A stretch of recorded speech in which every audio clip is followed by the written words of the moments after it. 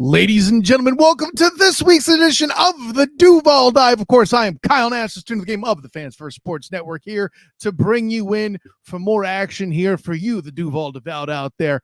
An honor, joy, and privilege to do it once again. I know there's a lot of panic. There's a lot of trouble. It's 0-2. Oh, my goodness. It's a bad place to be. What do? Trent Baalke, Doug Peterson, the offensive line, Trevor Lawrence. What happened? It's everybody's fault. Oh my gosh, what are we gonna do? There's a whole lot of panic out there for you guys. I got to tell you, it's moments like this that I'm proud to say I only covered the Jags. I'm not a Jaguar fan, but I do know somebody who probably needs an uplift of some sort. I know him as my personal champion. You know him as Travis D. Holmes of Big Cat Country. What's going on, bro? Hey man, I'm good. I've had a few days to decompress into Woosah. I've gone on an ayahuasca retreat, and I'm feeling good right now, bro. I'm good. Yeah. Well, hey, by the way, listen. You say all that, but for those that are watching via the Duval Dive YouTube channel or any of the other sources, you got to pop the shirt. You're saying you found all this Zen, but the "This Team Makes Me Drink" shirt is in full effect. Don't be fronting. I had to take it out. I had to take it out of retirement. I might be feeling better, but I am still a bitter ex-girlfriend right now. So I mean, I am well aware of how I feel, but I am doing better. I was crying all night, but I feel better today than I felt yesterday. How about that? Well, folks, I'm gonna say this.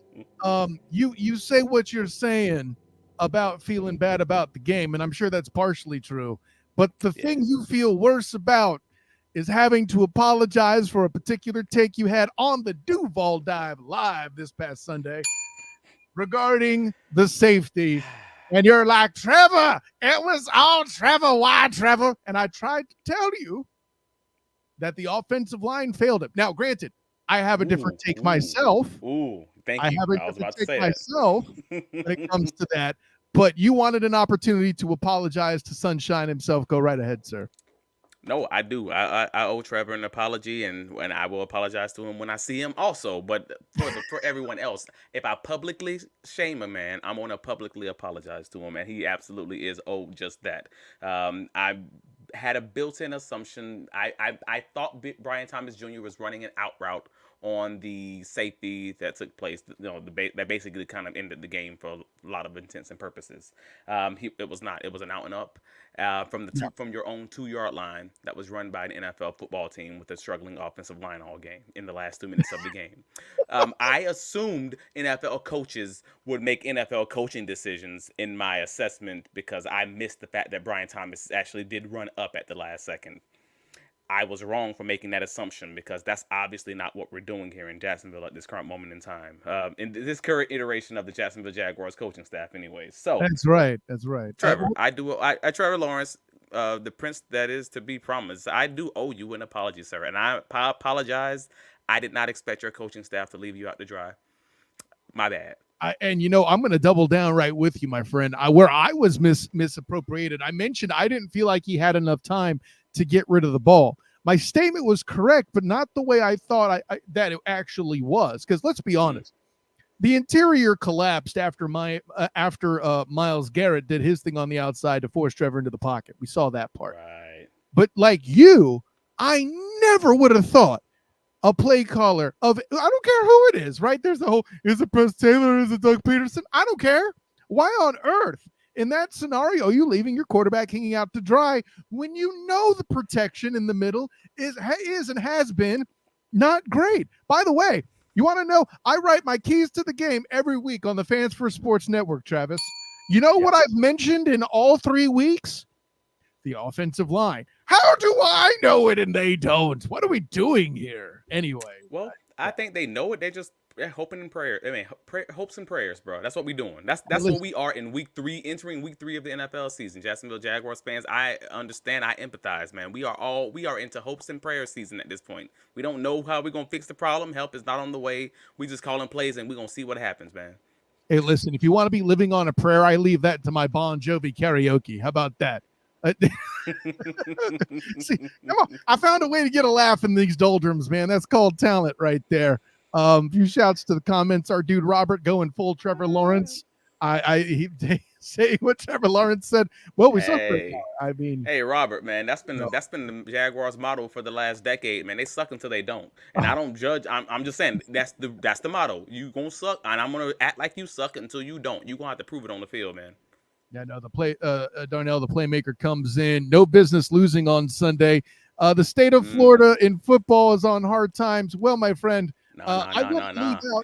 I wouldn't leave out the UCF Knights, who I Let's cover for the black go. and gold banneret. Let's go. Pretty good there. Also, you happen to be a fan of the U. They doing all right with Ward in there as a Heisman Trophy potential candidate. That's an interesting thing there too. Right. But the point is, some of these places are poverty universities right now. We are not included in that. UCF is doing just fine, baby. We are flourishing right now. So now, speak for the rest of the state of Florida. We must be treated like New York or something like that. Let's go. Well, and then I see another comment jumping in for Go Buffalo. That tells me that's my cue for us to bring in our guests. And listen, this is a guy who who covers the way they talk about the Buffalo Bills on the Coast to Coast podcast. The man himself, half of the Coast to Coast podcast, Whittle 2K, jumping aboard to talk some Bills. And I got to give you credit coming in with full paraphernalia, decked out, ready always crew, man. I mean, you're lucky I didn't paint my face. I'm not going to say I would respect you less if you did that. That would have been fun. There you go. Although I would say you like myself require optical enhancement. I would have expected frames to be accessorized appropriately with red, blue, or white in any combination you'd like. That's all I would say. Yeah, we working on that, man. One step at a time. But I gotta real quick give a shout out to UCF for once again producing a NFL pro ready talent in Tylen Grable. Listen, he's the left tackle of the future. He has turned a lot of heads this offseason. So thank you guys again. Gabe Davis was great. And now Tylen Grable stepping in and we appreciate him for sure. Listen, Tylen isn't just a big dude. He has good feet too. And that's exactly what you need to give Josh Allen a chance to run down the field and go second level. You know, when I saw them make that pick, I was concerned about Tylen getting the respect he should in the NFL. But when I saw the Bills get him, I loved the fit. Great shout by you, Whittle, by the way. I'll give Whittle a bell. Oh yeah, I'm tapped in, man. I'm tapped in with the roster for sure. But I mean, listen, let's get right into it. I'm going to come right out with this. I mean, we'll get to Josh Allen on Josh Allen crime, even though it's Josh Hines Allen now. I know, but we'll get to that in a minute. Let me open with this first, Whittle. For me, y'all's defense is pretty good, right? I respect that. Damar Hamlin, the actual comeback player of the year, is doing things coming in with the injuries and all that, and he's doing his part. But what impresses me, and again, excuse my bias as a member of the Beef at one time myself, as I flash my credentials for my Aaron Evans original painting of me in my days playing O-line. Your defensive tackles have impressed me for some time. Ed Oliver is a guy I've seen since college, much like Tylen, except he's – I mean, let's put it this way. Ed Oliver's a little older, and Daquan also is fantastic, and I expect them to not only eat just because it's the Jags O-line that's been struggling. They're familiar with your former center, Mitch Morse. I have to think you're looking at that as a huge advantage for you guys, right? Yeah, I mean, you know, the one thing I will say is going into the season, I looked at the schedule and I rattled off, you know, we do this on Twitter and the spaces and just on the pod. And I looked at the schedule and, you know, I saw Miami up there twice. I said, that's 2 wins. I saw the Jets up there. I said, we'll get at least one win there. Saw the Cardinals. I thought that was going to be a tough game. But there weren't a ton of, you know, games that I looked at and I said, yes, I'm fairly certain that we're going to win this game. When I looked at the Jags, the first thing I said was, that's a loss because we always lose to the Jags. So, you know, this is out of the first 6 games, I had this in the Houston game. as my most likely games that we would lose in the first 6. And I still hold on to that. I'm not fooled by the 0-2. You guys already, Travis Etienne fumble away from, embarrassing the Dolphins on Monday night. On opening weekend. Sunday. Yeah. And then you just sometimes you go up against a team that just kind of does everything that you're struggling with. And Cleveland, they've got a great defensive line. JOK, a middle linebacker, is a headache to deal with, and their secondary is extremely fast. They're extremely talented, and they're coached extremely well. Schwartz is a genius when it comes to defense. So I just kind of knew with the injuries that you guys have in the secondary, and some of the losses up front at defensive tackle. I like the Armstead pickup, but the beef. When you guys lost Fatukasi, I thought that was a Right. undersold loss because of the Right. size, his run stopping ability, etc. Love the linebackers, but I just thought that with the losses in the secondary, as good as those receivers are in Cleveland, that was going to be a tough game. And both teams going into that game were 0-1. I said, that's going to be a will of, it's going to be a game where we see, which team kind of stands up at the end of that slugfight. And unfortunately, the Jags are 0-2, but you're not fooling me. You're not fooling me. You guys are still a good team. First of all, who am I to argue with your Cleveland Brown breakdown? I'm pretty sure Travis and I had it kind of staked down to the same place you did there. So I give you credit. Yeah. We are great football minds of one alike on what the challenges were supposed to be with the Browns. Still, it looks rough when all their primary offensive weapons are either on IR or on the pup, and you still can't pull it out. And I get it. There's an unfortunate, what is it? It was an illegal formation or illegal shift, right, Travis, that took a winning touchdown off the the board. illegal shift, illegal shift by Dearness Johnson. Yeah, And so we had a touchdown that got taken away from the that. only You have bad the play I've safety. ever, the only bad play I've seen Dearness Johnson make off of immediate memory that I can think of. But man, there's some other comments in here I want to address. We'll get to you, Michael Barber. I see you in there talking about Trevor. We'll get to you, I promise. But let's give shouts to the playmaker. He's in there saying that the team that will get Billy Napier fired out of Gainesville is UCF. I mean, hey, you're assuming Billy Napier makes it through the bye week, playmaker. But we'll get back to that in a minute. Let's see. Let's get to this. The way that Buffalo has used James Cook so far, I love. Josh Allen isn't the focus. Yeah, that actually was going to be a conversation I'm talking about. When you're preparing for the Bills, you can't just prepare for Josh Allen anymore, which feels weird because I know the conversation I had is I didn't feel confident in the passing game that the Bills would be able to replace Diggs in the aggregate. Doesn't look like they're doing that though, right? Whittle, you're seeing a lot more of a run presence, right? Honestly, I think this is a continuation of what we saw last year after the Denver Broncos game. Once the terrorist Ken Dorsey was ran out of Buffalo. I'm sorry, he is like I've been calling for that man's job since the Jets game in 2022. So finally, he was relieved of his duties, and they brought in Joe Brady, and Joe Brady made it his business to put Josh under center more, to let Josh run a little bit more, to kind of lean on the run game and make sure that we not necessarily took the ball out of Josh's hands, but we made it more difficult. We made it a lot more difficult for teams to wait on a Josh Allen mistake and say this is where we can make our push. By shortening the game, you make every possession for the other team much more important. That causes teams to press. We are a very patient defense, and when Josh Allen is under center, his numbers from an efficiency standpoint, from an accuracy standpoint, his play action numbers are I mean they skyrocket compared to what he is in shotgun.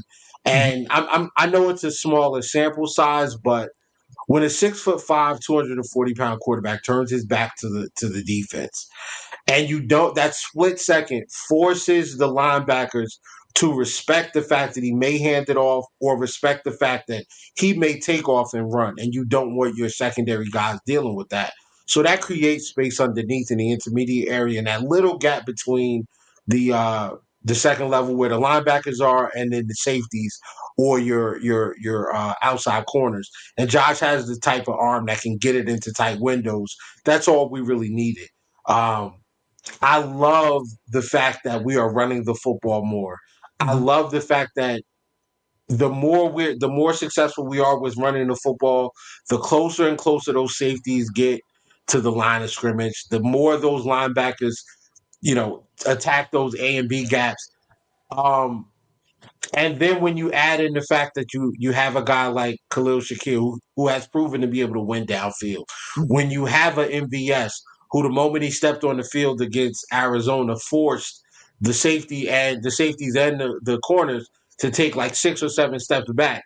You open up so much of the field, and when you have a guy like Josh, he just needs that window. And when you can provide him that window to throw the ball into, I mean, it's going to be a completion. Before I hand it to Travis, because I'm gonna have him ask some questions because of his defensive perspective. But you mentioned Josh Allen, and I love that you brought up the coordinator change going into last year. I mean, listen, Ray Charles saw the momentum shift after that, and they made me look smart picking your Bills to make the playoffs despite all the hate in the previous season's off season, right? So, let me ask this: do you feel kind of like this is the best analogy I could come up with? So bear with me, Whittle. But when it comes, what it feels like is you guys have like the change in offensive philosophy acknowledged that Josh Allen is like a big play addict, and you just can't trust him to not try to get another hit there in the shotgun. So then under center, he's more under control. He's less tempted to fall back into his addiction and then make that unforced error. Do you think there's kind of some there in that concept? I can understand why. I can understand the analogy. I don't know necessarily that Josh Allen big game hunts like for I don't know if he big play hunts. I think he takes the shots that the defense is willing to give him, and if he sees a one-on-one down the field, he's going to trust his guy.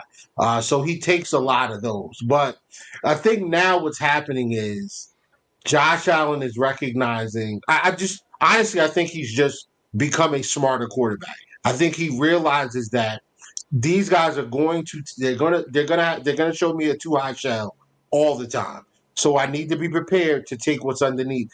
And on top of that, we've never had this level of playmaker at wide receiver 4, 5, running back 2. Tight end 2. Like this is all brand new. I mean, we were running Cole Beasley, Isaiah McKenzie, and John Brown out there in 2019. So the fact that we have, I mean, and and amongst other guys who are no longer in the league, now he has guys like Dawson Knox and Ray Davis and Ty Johnson and Curtis Samuel that he can just drop back. Mac Hollins, where if he recognizes the blitz is coming, they're going hot and they're bringing a zero. I understand that the safety is not there. I can throw a tight slant to Mac Hollins, who's a bigger target and will catch the football. And I'm just going to take what the defense is giving me. So I think putting him under center has forced him to view the game differently. It's forced him to view the field a lot better. It's forced him to take the windows as they come available versus sitting in shotgun where there are so many options. It's just like, do I want to take the 5-yard check down? Or I got Diggs one-on-one on a post. So what I'm hearing is it sounds like you were more in a spread offense situation, and putting him under center made him more into a veteran game manager. Not that game manager is a bad thing. It's just Right. It gave him a higher ability to be able to manage the game. I think what we did was we forced him to put his Clark Kent outfit on more often. Now you only have to jump in the phone booth when we absolutely need it. Third down and long. Josh Allen drops back against Miami. Great protection. Sees the cover two. Sees Ramsey kind of cheating on the running back. He rolls out right, draws in Ramsey a little bit. The safety comes down as well. Ty Johnson sprints downfield. He fires the ball at Ty Johnson. Ramsey recovers to make the tackle, but it's a huge gain on what would have been a I got field goal attempt. We ended up scoring a touchdown a couple plays later. I got you. So you guys are doing the Kansas City Chiefs playbook, and not in playbook, but that's the 2023 Kansas City Chiefs. They Oh, were struggling the absolutely. offense, so they just run the ball, play defense, and I'm gonna put him under center, and then I'm gonna bring my Superman guy out in the fourth quarter, and I'm gonna win at the end on the margins. Right. And that's what you're seeing right now. But the thing is, we have not seen Curtis Samuel really used yet. They Yeah, haven't leaned. turf They toe. haven't really leaned. They haven't really leaned a ton on passing out of 12 personnel yet. We haven't seen a lot of MVS Mm, formations or play calls yet. And Keon Coleman really hasn't been targeted a ton. Like we targeted him week one, but week two, I right. think he had one target the entire game. So I think as teams get adjusted to this Bills rushing attack, you're going to see them open up downfield a little bit more. We're gonna force teams out Interesting. of that too high safety shell, and that's when you'll see Josh Allen take some shots downfield. Okay. Yeah, see, Well, and there's the your comment go ahead, there. Buffalo. Way Buffalo has used James Cook so far. I love Josh Allen isn't forcing plays. And then a little shout out to you, Robert's back in the game to back us up with that O line. Average of 1.1 seconds to throw in 2 games is all on the O line. Did you know about that? Have you seen that stat, Travis? I have not seen that stat. Now I If would have to you check threw that one. that That don't sound right. is a killer if that's accurate. But yeah, That don't woo, sound right. I don't know. I hope it's not I would that need to double bad. check that one But because I mean, we're normally lowest in the league or top three in the league, and that's normally around 2.3 seconds, 2.4 seconds. So 1.1 just that sounds insane. I think I would have heard about this one. I mean, statistically speaking, it's pretty hard to do because you can't get lower than 0. That's Yeah, but also, but let's get into it. All right, so about your defense under your new coordinator, what is it, Babbage, Bob Babbage? Babbage, yep. Bob Babbage. Babbage. Yeah. So he's been really interesting, bro. Because I watched the first 2 games, the game against the Cardinals and last week against Miami. I think everybody was watching that one on Thursday. yeah. And he does a lot of disguising coverages and things of that nature. Like it could be a basic cover 3, and it looks like some kind of mosh little mud defense, but you don't even know what the guy's doing, where he's aligning. I was a little bit impressed by that, but it's a 2 game sample size, so I'm not trying to jump over. I'm not trying to go a little crazy because I love defense, I love secondary play, but where do you see as the true weakness of this defense from your perspective as a fan of the team? Right now it would be the because of the injuries, it's the weak side linebacker and the slot corner. Okay, Both of those guys are young players. Dorian Williams is in his second year out of Tulane. He's an insane athlete. The problem is he only has two speeds: stop and pedal to the metal. I'm running away from the cops. He has no other speeds. So mm, he he gets sucked in on play action and he's attacking the running backs. Then in coverage, he's not necessarily uh fully coached up on the zone coverage schemes that we run in Buffalo. So that's an okay, issue. And then slot corner, with Taron Johnson out for, hopefully, just this week. I would love to have him ready for Houston. Um, yeah, with him being out, you know, we have Jamarcus Ingram in there. Jamarcus Ingram's been in the league for a couple of years, but he's by trade an outside corner. And I got this is the first year that they're trying to mend at slot. Um, he fell into a couple of interceptions last week, so I don't want anybody to get overly excited other than the Madden ratings adjusters. Those are the only people I want to get excited about his play you. so far. Those are Okay, going to be areas that we have to watch. I mean, you guys bring Evan Ingram in here. Travis Etienne is a threat to catch the ball out of the backfield, and Christian Kirk's one of the best slot receivers in the country. So This is going to be a huge test for that specific area of the defense. And Doug Peterson's a smart coach. Trevor There you Lawrence is go. a super talented player. They're going to key in on that. They're going to recognize that early. They're going to key in on it, and then they're going to attack it. And then it's up to Babbage and his defense to adjust. How does he adjust? No, so you everything that you just said. So basically, you just named two roles that will be doing some heavy lifting as far as that intermediate area of the field. That's all. That's the Jaguars are top 5 in play action percentage. Like that's something you already noting the fact that you guys are going to get pulled up on the play action fakes and you running a zone defense. That is something that that's probably going to be where the Jaguars win or lose the game. If you can consistently get those play action looks and get Brendan Strange in the middle of the field because Evan Ingram won't be playing likely. Yeah. Okay. And get Christian Kirk back, just rebound.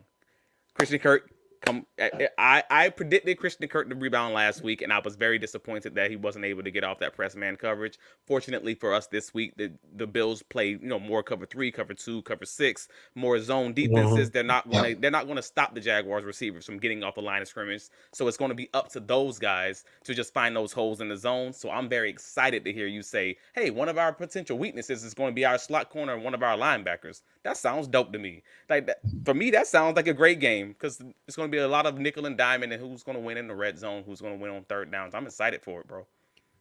Real quick, Travis, you guys were talking earlier about, a lot of too high and things like that. Michael Barber, our good friend, of course, talks about here, seeing a lot, what was it, over 50% cover one man from the Jags. Yeah. Do you see them straying from that and adjusting too high to battle the Bills here? Let me ask you that, Travis. Oh, no. This is what Nielsen does. Yeah, this is what Nielsen does, whether it's in New Orleans, whether it's in Atlanta, and it's here. I mean, it was 70-something% man coverage in week 1 against Miami. And I don't remember what the percentage was last week, but I guarantee it was over 50%. That's just what they do. So you won't see as much, cover too high safety looks unless you get to a third and long situation passing scenario where you may get, a cover 2 read or you may get a cover 4, depending on, what look the Bills want to give the Jaguars. So it's going to be really interesting though, because both of these teams have not played a team that's like the other one so far this season. That's what makes this matchup a little bit different. Like I said about the Cleveland matchup last week. Hey man, they're not like Miami. You're going to have to see a different game, and it doesn't matter if they seem like they're not a great team.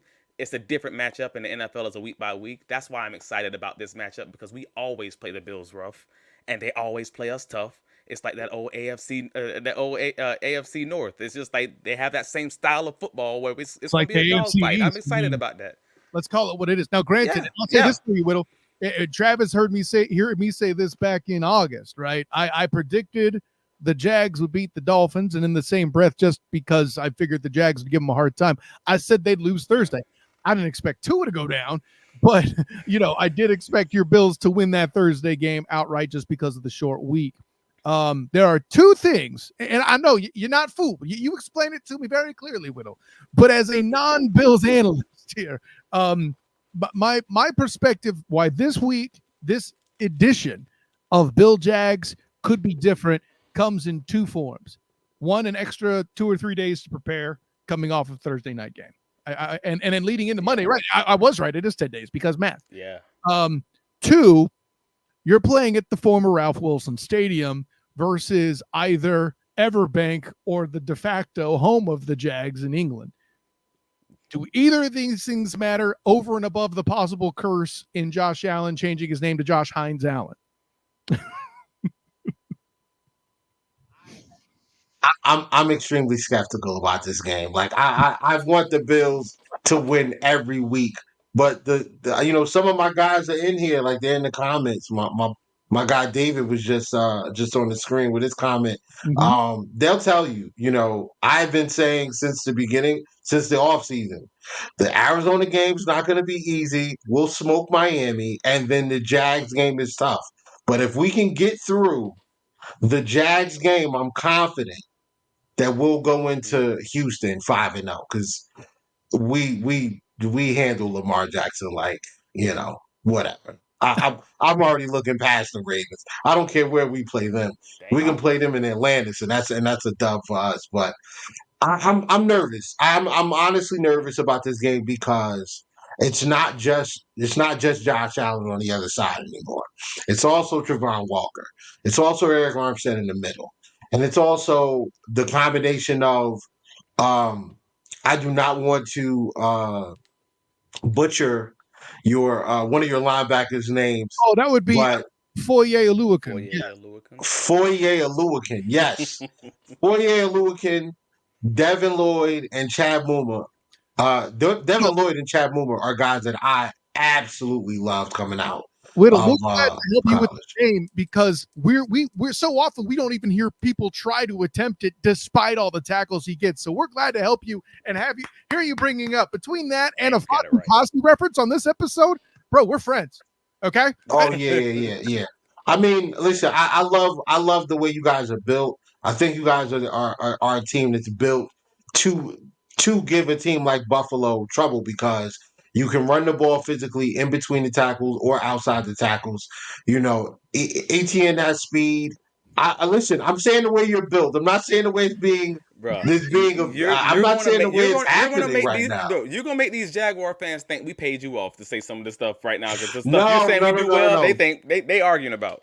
Travis knows. Like, listen, Travis knows me, man. Like, I don't just say things. I take this Mm. football stuff very seriously. But and then with the wide receivers, like B2J is an absolute dog. That was a guy that we had targeted for Buffalo, praying that he got past you guys, and it never happened. Gabe Davis, like we know what Gabe Davis is about. Like, he was with us for 4 years. And I still love Gabe. And then Christian Kirk is somebody that we targeted in free agency, and we just were outbidded by you guys. And then Brenton Strange, the Penn State guy, like I loved him too coming out. Tank Bigsby in the backfield. You guys have your own version of Thunder and Lightning, but ATM brings some thunder as well. And then Trevor Lawrence. Like if Trevor Lawrence gets outside the tackles, he can take off and make plays with his legs. He missed. I've watched him miss throws this year that normally I don't see him miss. Case in point, the third down. I think it was like a third down in the third quarter of the Miami game where he had oh gosh, Christian Kirk on an out route towards the sideline, and he just sailed it. And I'm like, that's not a throw that Trevor Lawrence misses. So hopefully he continues that this upcoming Monday for Monday Night Football. But if not, like I'm not confident in the game, man. I just think you guys are built way too tough. Uh, Tyson Campbell's still out, correct? Yes. Oh, he out. Yeah, he's out for a few weeks. He's on Okay, IR. so Out On till later. IR, yeah.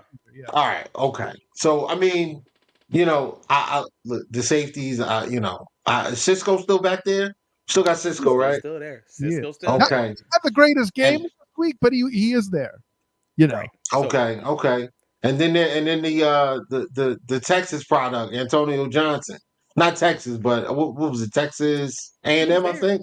Yeah, Johnson is there as well. Yeah. Johnson's This there. guy's doing his homework. Claps to Whittle. I like I'm it. telling you. But listen, man, I'm big on the draft, man. I'm big on the draft. You guys got to steal with Johnson. I just think that I think linebackers and safeties are so important because of how important they are to the Buffalo Bills defense. So when you have talent at those two positions, plus you have the outside pass rush of Joshua Hines Allen and Trayvon Walker, who had 10 sacks last year. Like people tried to write him off like he was a bust, and I'm like, wait a minute, he's an athlete. Let's see how things go. And in the I second mean, year, in fairness, he pops most of off. those So. most of those were Jags fans that wrote him off. Let's be real. So Damn. Yeah, I mean, I'm just hoping that we Yeah. can see some success against your offensive line, Yep. which hasn't been great this year. Right. I expected more out of Cam. I expected more out of Anton, but we'll see. We'll see. It's still a long season. So and I had we note your skepticism, and right. I'm really curious. We are the week of the game now. We're here. We for the most part know who's going to play. You believe you're nervous that you guys are going to lose, but if I asked you for a score prediction, would you be able to give me one? Yeah. I think this is like a 24. I think it's like a 24-20 game, 24-19, something like that. I Mm. think this is a game that may require Josh Allen to be a large percentage of the offense, meaning uh maybe he has to run more than he wants to.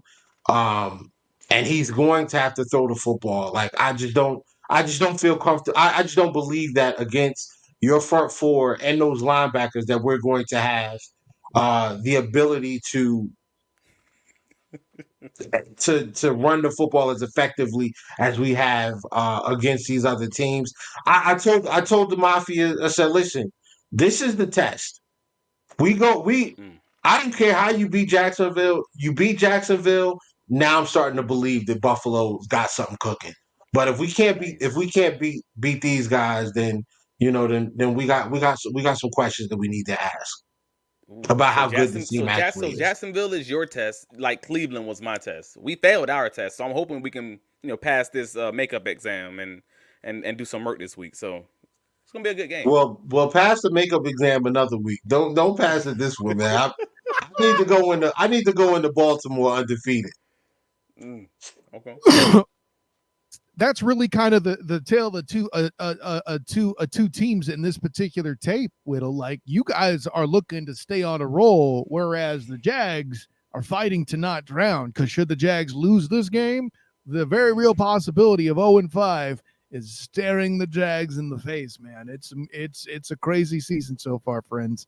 And when I think you made the point on Twitter earlier, Travis, like a couple plays away from being 2-0.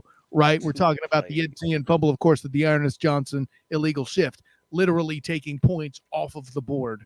Right. Jags in a close football game, and yeah, I kind of foresee this is going to be. I really think the Bills having control of the ball with running Cook and doing all that. If they could do that successfully, I think it's going to be a big factor for sure. That's it. That's it for me. It's Cook running the ball. It's the screen game with the tight ends and the screen game with Cook, because that was the issue we had against Miami. 12 screens they ran in that game. That was like a third of their yards on just screens. And the fact that Buffalo finally figured out how to run screens this year, because you guys have generally been pretty rough at doing that. That makes me a little nervous. So yeah, I'm gonna call it the James Cook and tight end game, and that's gonna make or break it for me. Bro, you got a dad joke that can James Cook? See, you got a dad joke that, baby. Come on now. Hey, listen, he can shake his head all he wants. I'm all in that delivery, Whittle. You saw it. Yeah, it was a bad joke, though. It was a bad joke. The delivery sold it, but it was a bad joke. My pride. No, hey man. Oh man. Oh man, Whittle. Listen, thank you for jumping in. A fantastic time. Of course. Before we close out, get a few more comments in, give our predictions, tell the world where you can be found with what you do, man. Okay, you can find me at Whittle2K on Twitter. I apologize now for the tweets if you read them. And you can also find us on YouTube. We're part of the Do Champions Network. We go live every Wednesday from 9 p.m. to about 10:30ish.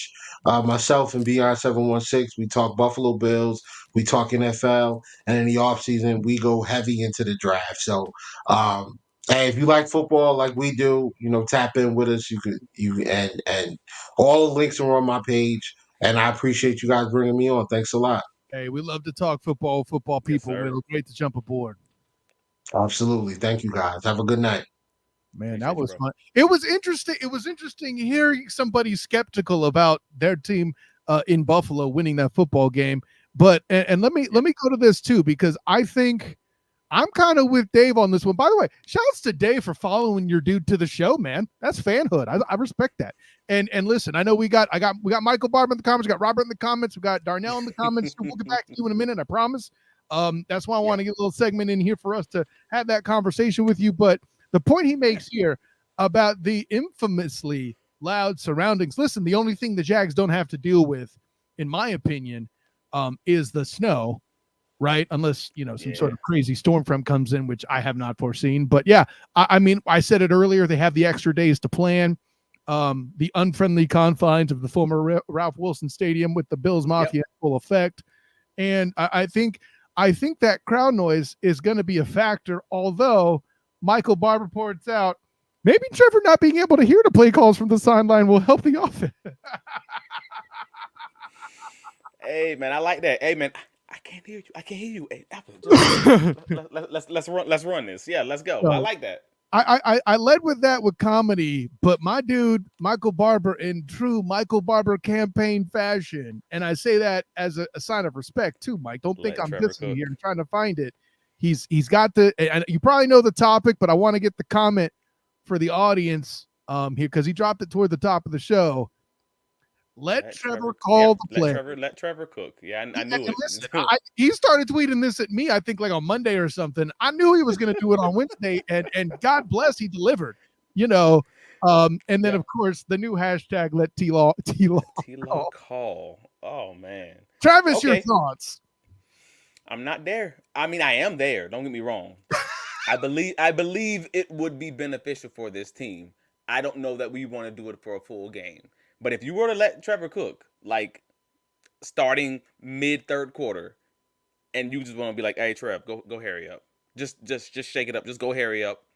You call the plays from the line of scrimmage, a la the Chargers game, a la the fourth quarter of the Ravens, a la the late in the Dallas Cowboys game, and we have a list of games in which we've seen this happen, and it goes very it goes very well for the Jaguars historically.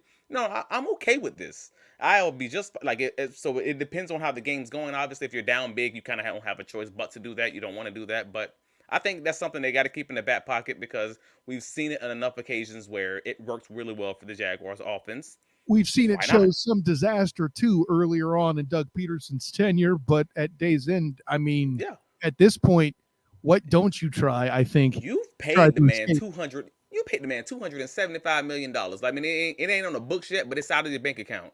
At the end of the day, you got to give it to him. You got to get a man a baby eventually. So why not today? $75 million. Okay. Yes.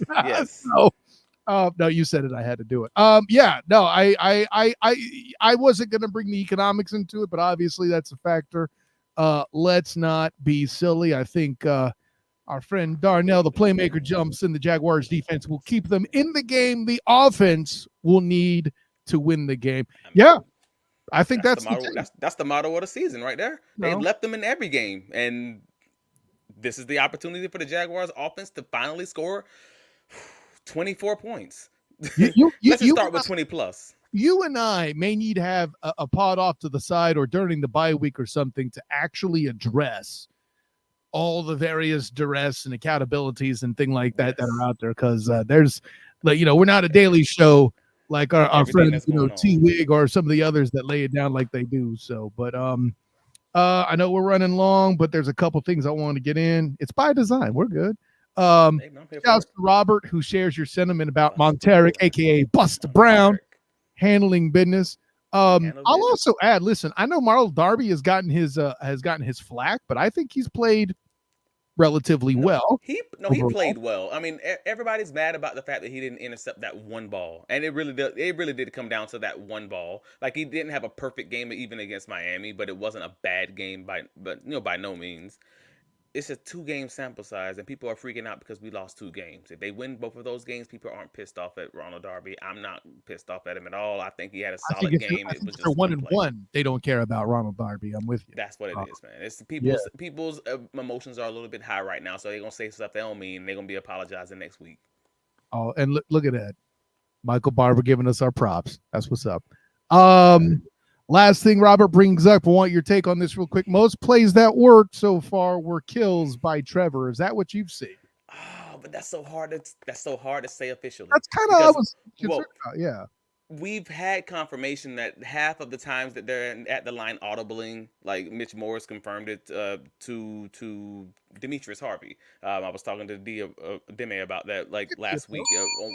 on one occasion, and he's like, dude, 50% of those audibles weren't even real audibles, because Mitch was like, the play call was what we ran. It was that it was just doing all this motion to make the defense want to change something, etc. So like some of that you can't really say it was truly a kill at the line. Some of it just is all for show for the TV, basically. So that's not necessarily true, but sometimes it could be true. And before we jump, just a quick comment here. I tell the Jags fans, at least y'all aren't in the Rams position. No. Calm down. I would like to be in the Rams position, because you know what the Rams got? A Super Bowl. They hold up. Hey, no. They sold the future for that Super Bowl. They sold they sold the future for that Super Bowl, and they got that Super Bowl. They mortgaged the future and gave away a lot of those defensive. They gave away a lot of that defense, and they gave away a lot of that money to make sure they can get that Super Bowl by all these high price free agents that they brought in, and they got that Super Bowl. But that got to do. I don't hate them for that. 24, like no, you're. I mean, 2024. They were already going to be a really young franchise with buoyed by a few older guys. Like we knew that walking into the season.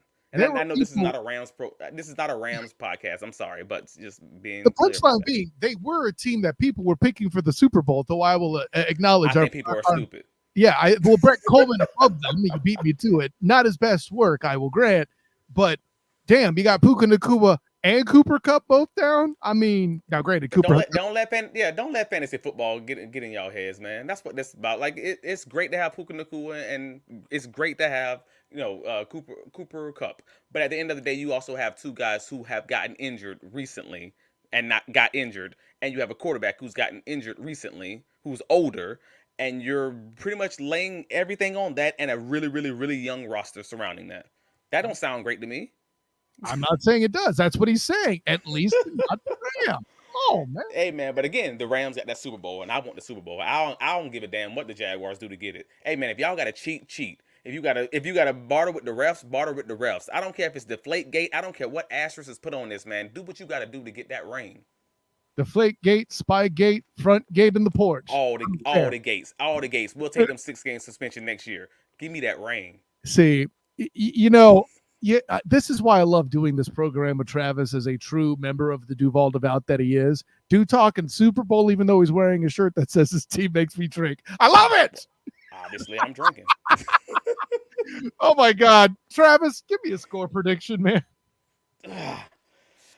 I got my hope and I got my realistic hat, because I'm obviously wearing the shirt for a reason. Hope is they win in an ugly fashion, sort of like what it was saying, 24-23. But my real prediction is unfortunately going to be 23-17, and I think the Jaguars offense again doesn't score 20 points. See, and I appreciate that take. It's not a bad take. And I'm not here to say it's going to be a game as sloppy as the Browns game at all. I am concerned about the offensive line still. I'm hoping Trevor can run his way out of trouble and make a lot of things happen. There's something else we haven't accounted for too, and that is they haven't faced a defensive front that I've seen that's as good as the Jags. I expect Josh Allen to make a mistake. I expect Josh Allen to give us us the audience one turnover, one mistake at least that he makes. The Jags will get the takeaway there, finally pin an interception on somebody, And in particular instance, what makes it close, I have an odd score in 24-18, but I have the Jags continuing the jinx in the former Ralph Wilson Stadium. Interesting. And yeah, man, listen, a lot of this is gut. But Josh Allen to me is the wild card. I've been critical of Josh Allen. Overrated doesn't mean bad, but I have seen him to be overrated. And I find it interesting that taking the ball out of Josh Allen's hands as a focal point like that has made them better. So, I know that Bills fans will probably like, oh, you sound like Nick Wright. No, I said that on my own long before it was cool. All right. I'm the one when Diggs was first acquired that said Josh Allen would get better numbers, the likes of which we hadn't seen. So with all that in mind, of course, I'm Kyle Nash, student of the game. You can find me on Twitter, Threads, and Instagram at the SOTG, as well as Facebook on the Student of the Game. Check out my writings with the Black and Gold banner covering UCF, and of course the Night Shift podcast that just dropped today as well, powered by the Black and Gold Banneret. And then this lovely show here, the Duval Dive. Monday night, we're doing the Duval Dive live. Why the hell would we do it Sunday? There's no game. And then, of course, check out my writings as well on Fan First Sports Network. My keys to the game should be out tomorrow, so make sure you look out for that. And hey, if you don't see it immediately and you have trouble finding it, check my socials. That should be a beautiful thing to do. So, for Travis D. Holmes of Big Cat Country, I am Kyle Nash, the student of the game. And until next time, by the way, thank you to all the commenters. Great stuff from you tonight. This is part of why we held over a little late. You all demanded it.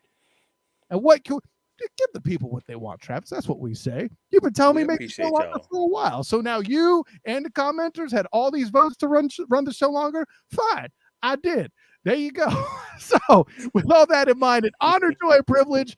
But until next time, everyone, class dismissed.